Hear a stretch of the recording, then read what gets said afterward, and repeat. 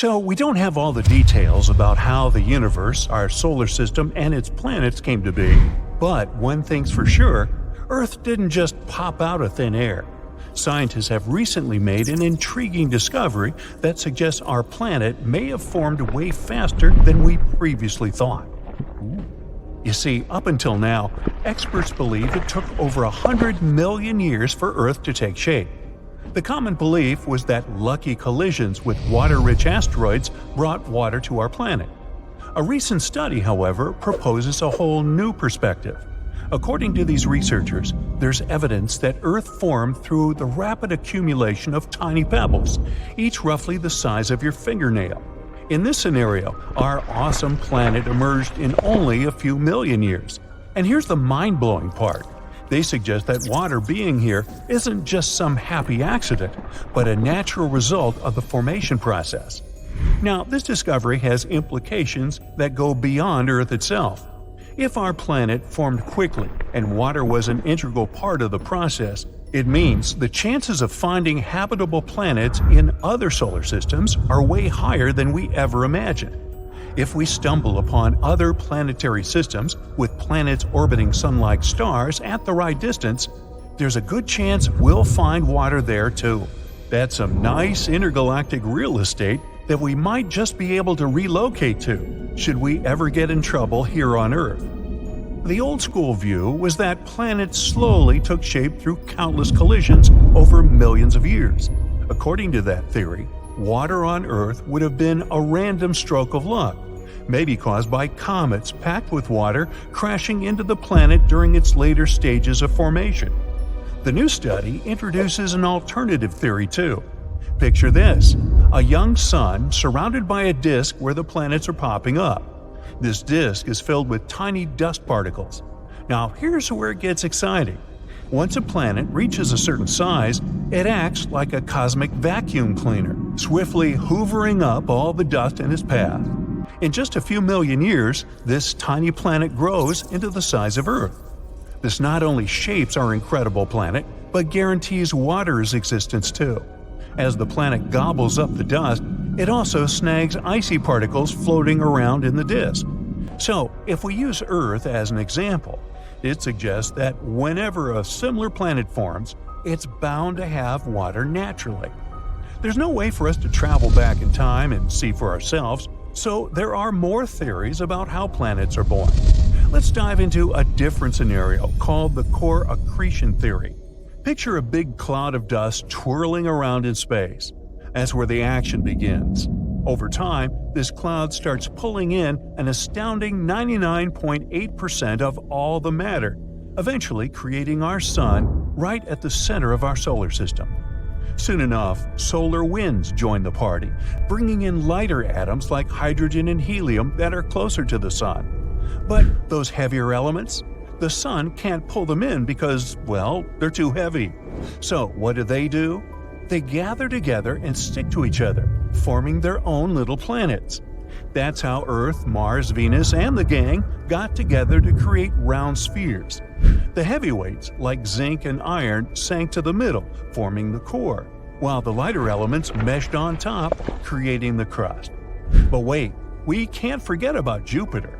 Its gravitational force and the Sun's were locked in an epic tug-of-war, perfectly balancing each other out.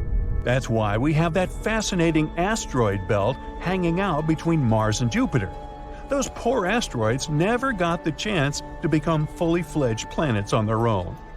This explains why the planets in our solar system are arranged the way they are. The inner ones, known as the terrestrial planets, like Mercury, Venus, Earth, and Mars, are closest to the Sun. They're made of denser stuff like iron, silicon, and aluminum. On the flip side, the gaseous giants, like Jupiter, Saturn, Uranus, and Neptune, are chilling on the outer edges of the solar system. These big celestial bodies are composed of lighter materials, such as hydrogen, helium, and methane. Now, let's take a trip to the outermost layer of our solar system, where the Kuiper Belt and the Oort cloud reside. These distant areas are home to ice bodies, space debris, and comets. While there may be plenty of them, they're relatively small and don't contribute much to the total volume of our solar system. the quest to understand planet formation doesn't end here. There's another mind-boggling mystery that's causing a stir among scientists: the existence of a celestial body dubbed the planet that shouldn't exist. Let's rewind a bit. Astronomers have been on a roll with exoplanet discoveries, and we've already spotted over 4,000 of them. Most of these exoplanets resemble the gas giants in our own solar system, like Jupiter and Saturn. Do you know why? It's because those massive exoplanets close to their stars are the easiest to detect. But here's the twist. A new study suggests that there's a whole bunch of Jupiter-like exoplanets just waiting to be found, and they're probably hanging out nearby. This impossible planet goes by the impossible name JG3512b, and it's remarkably similar to Jupiter, only orbiting a tiny red dwarf star. This discovery shook things up because it defied the most popular theory of planet formation. According to the prevailing ideas, it should have been impossible for such a giant planet to form around such a small star. So, what's the deal with this impossible exoplanet? Well, it turns out that core accretion, the theory we discussed earlier, can't explain its existence. According to this theory, the mass of the debris disk surrounding a young star should be directly proportional to the star's mass. But here we have a star much smaller than our Sun hosting a planet that should be way too massive for it. Something doesn't add up. Either the original debris disk was insanely enormous compared to the star, or core accretion didn't play out as expected in this particular planetary system. We've established that when talking about the Earth's formation, there's still much we don't know. But hey, we've come a long way. Back in the 18th century, a philosopher named Immanuel Kant had his own intriguing theory about planets popping up in the universe. He based his ideas on Newton's law of gravity, but added his own little twist. Kant believed that the universe started with an original substance made up of super cold, solid particles just chilling out. Then, thanks to gravity, these particles began colliding and heating up. And you know what happens when things collide, right? They get hot. According to Kant, this cosmic twirling and heating up caused some serious forces to come into play. It's like when you spin around so fast that you feel like you're about to take off. These forces led to the formation of rings of matter, like cosmic hula hoops. And as these rings cooled down, they transformed into planets and satellites. Now, not everyone was convinced by Kant's wild idea of planet formation. Critics raised their eyebrows and started questioning the whole theory. They pointed out that Kant failed to address the origin of this primordial matter. Where did it come from in the first place? Moreover, he overlooked the source of energy that propelled these particles from a state of cold stillness to a frenzied cosmic dance-off. As creative as his theory was, it soon faced dismissal in the scientific community. In short, they said, "This can't happen." Nevertheless, Kant's theory was still a step forward compared to older beliefs about Earth's origin. Take the ancient Egyptians, for example. They believed that primordial spirits, often depicted with frog heads in their native artwork, were responsible for our planet's existence. Why frogs, you ask? Well, they associated the first substance in the universe with water, and frogs just love humid environments. So, out of that initial water, a primordial hill emerged, followed by the elements of air and moisture. Ribbit. So scientists have this idea that some exoplanets, which are worlds outside our solar system, might be water worlds. They orbit their distant stars, covered by global oceans. Even better, some experts claim that our Earth was once the same, a vast expanse of the ocean, and just a bit, if any, visible dry land. At the moment, water makes up 71% of Earth's surface. Our planet experiences continuous movement of water. First, water evaporates, rising from the ocean surface to the atmosphere. Then rains fill lakes, rivers, and underwater reservoirs. Eventually, all this water ends up in the ocean again. Water also plays an extremely important role in the processes happening below the ground. For instance, water content in magma determines how explosive a volcano can be. Anyway, one of the most burning questions about Earth's water is, where did it all come from? It's very unlikely that our planet was simply born this way. The thing is, water has a way lower condensation temperature than some other substances, like silicates or iron. These materials compose the terrestrial planets in the solar system. In the early history of our planetary system, the region where Earth formed was too hot for the oceans to condense at the same time as our planet appeared. So, there's this idea that water appeared on Earth when melted meteorites hit the surface of our planets. Well, scientists disagree. Researchers analyzed some melted meteorites that had been hanging around in space since the formation of the solar system about 4.5 billion years ago. They discovered that those space rocks had extremely low water content. Even more surprising, they were among the driest extraterrestrial materials ever found and examined. In other words, once they melted, there was essentially no water left. These results were very important, since they helped scientists rule out melted meteorites as the primary source of water on Earth. Plus, we can say that this revelation was kind of eye-opening. Imagine the unlikely conditions that aligned to make our planet habitable. Getting water and developing surface oceans on a planet so small and so close to the Sun is a great challenge. If Earth had formed just a tiny bit closer to the Sun, our planet would have been much hotter, and all the water would have most likely evaporated. If it had been farther away from our star, Earth would have turned out to be much colder, and the water would have probably frozen into ice. The team of scientists managed to analyze 7 melted meteorites that had crashed into Earth. Those must have splintered from at least 5 space objects known as planetesimals that later collided to form the planets in our solar system. These planetesimals took part in something known as melting. They got heated up as a result of the decay of radioactive elements in the early solar system. This caused them to separate into layers with a core, mantle, and crust. Plus, the heating and melting of planetesimals apparently led to near total water loss, regardless of how much water they started with. As for meteorites, some of the samples arrived from the inner solar system where our planet is located. The conditions here are relatively warm and dry, so it's no wonder the meteorite samples didn't contain much water. But a few samples were from the colder outer reaches of the solar system. That's from where the water is believed to have come to our planet. But if this water hadn't been delivered by meteorites, what kinds of objects could have carried it all the way across our planetary system? There's one more theory, though, that hydrogen inside our planet played an important role in the formation of the oceans. At the same time, these two ideas are not mutually exclusive. Water could have been delivered to Earth by impacts from some space bodies, like asteroids from the outer edges of the asteroid belt, spanning between the orbits of Mars and Jupiter. And some amount could also appear inside our planet.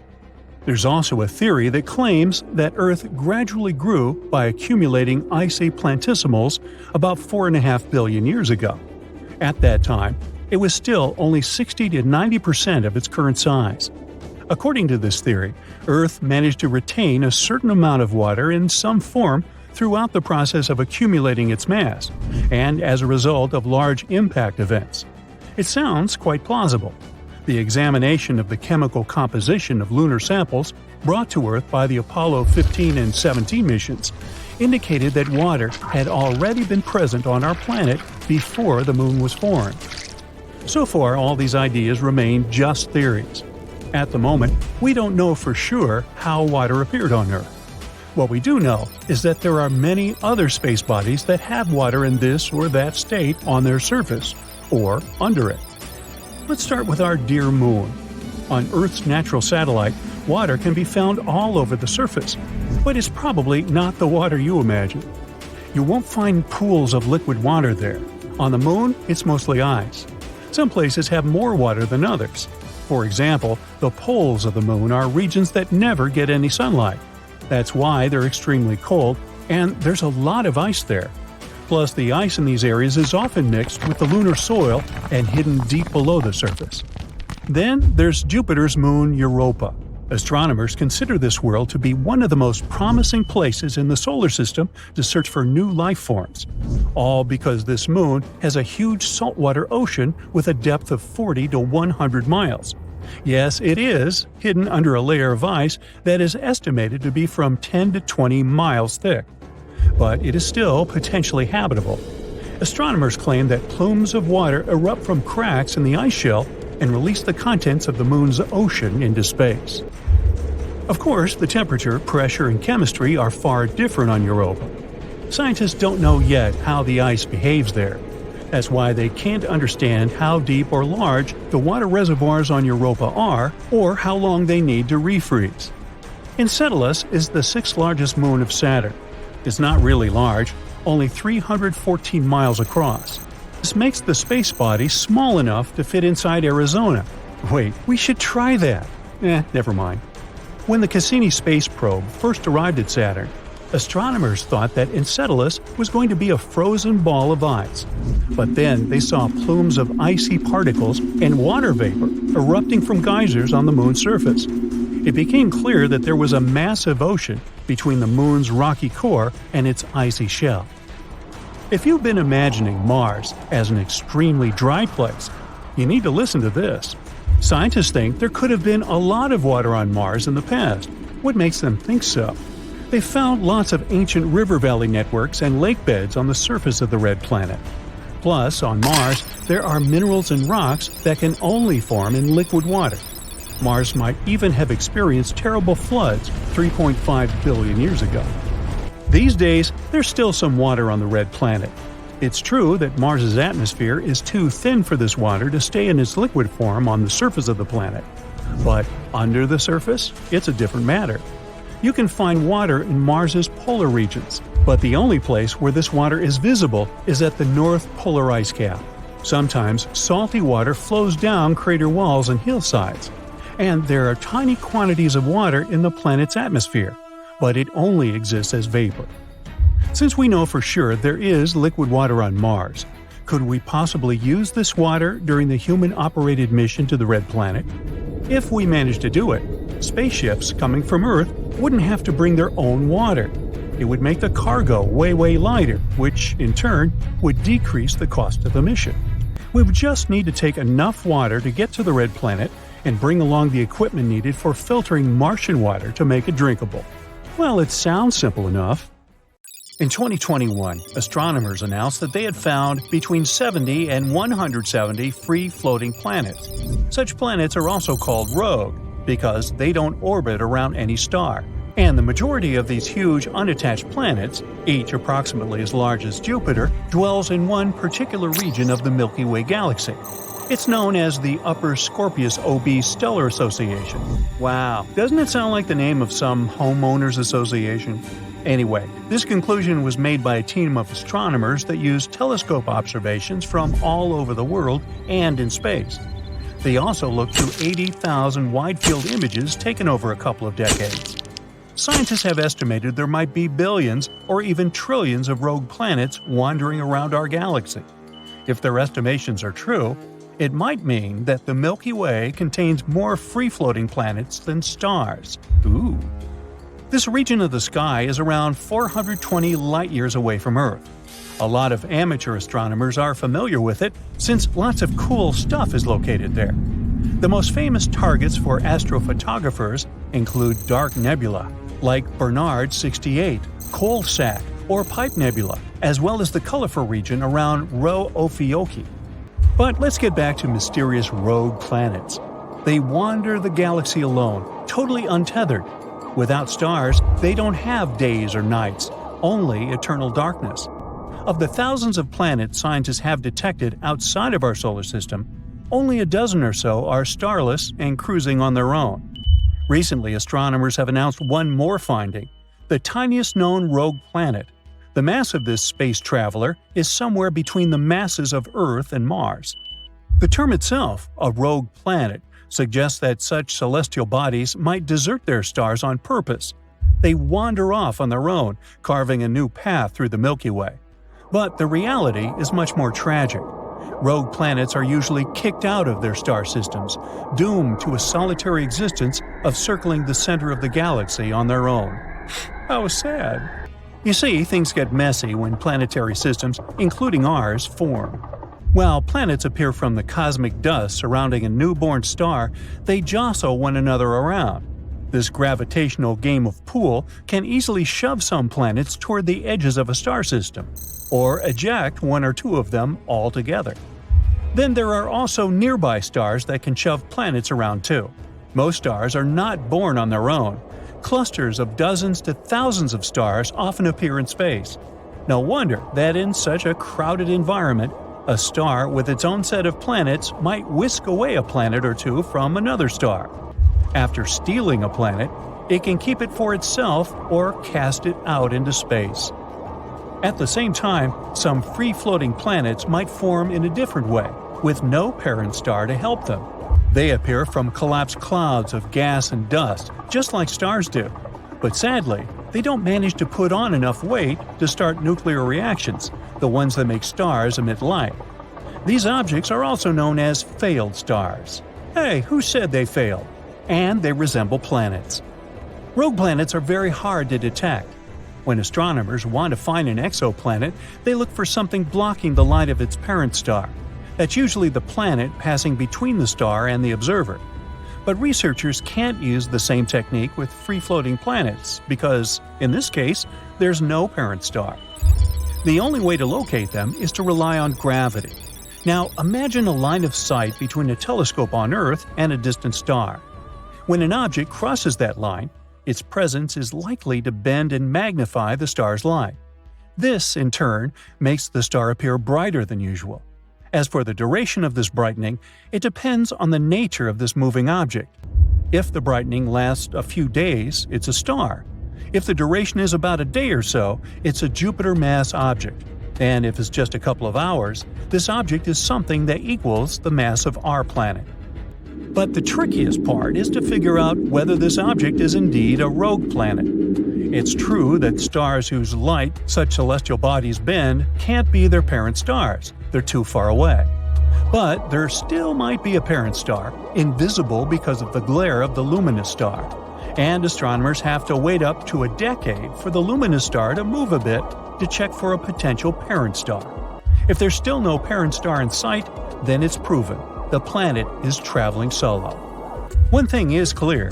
Without parent stars to warm them, rogue planets are frozen worlds. Even if ice doesn't go all the way down to their cores, it certainly covers such planets with hard, icy shells. On the bright side, maybe free-floating planets aren't as lonely as we think. They might have moons of their own. They probably take them along when they get pushed out of their cosmic homes. Even more exciting, these exomoons might have liquid water. At least that's what a 2021 study published in the International Journal for Astrobiology claims. Actually, I don't get that magazine, but it sounds fancy. But could a free-roaming world find a new home near a different star? Some experts think it's unlikely. The universe is an incredibly spacious place, and even a large star is hardly able to slow down enough to lasso a fast-moving planet. For example, in 2017, an interstellar guest, an asteroid the size of a skyscraper, appeared in our solar system. It barreled through the solar system and just kept going without stopping or slowing down. But what if it was a rogue planet? Would it stay with us? Astronomers say it's unlikely. If it happened, they would be thrilled, such a research opportunity. But the rest of us would likely be terrified by the implications of having such a neighbor. At the same time, maybe it wouldn't be such a big problem, considering how big and very empty our solar system is. But even without a rogue planet invading our solar system, the orbits of our planets are going to change one day. In 5 billion years or so, the sun will start to dim. It'll begin to lose its mass until its gravity is too weak to hold on to the outermost planets of the solar system. Neptune, Uranus, and probably Pluto might turn into rogue planets. They will slowly drift away, unbothered by the cold and mostly unchanged due to their already frozen environments. And yeah, I know the scientists demoted Pluto as a planet years ago, but it's still a planet to me, so sue me. And what about Earth? Oh, our planet will have a different fate, much more tragic. As stars lose mass nearing the end of their lives, they eject gas and dust in all directions. And since our planet is in the way, it'll most likely get enveloped in this scorching stream and vaporize. But calm down, it won't happen for a few more billion years. And who knows where humanity will be at that time. As for now, astronomers hunt rogue planets with enthusiasm. For example, NASA's Nancy Grace Roman Space Telescope is going to conduct a survey to discover more free-floating exoplanets using its powerful techniques of a wide-field telescope.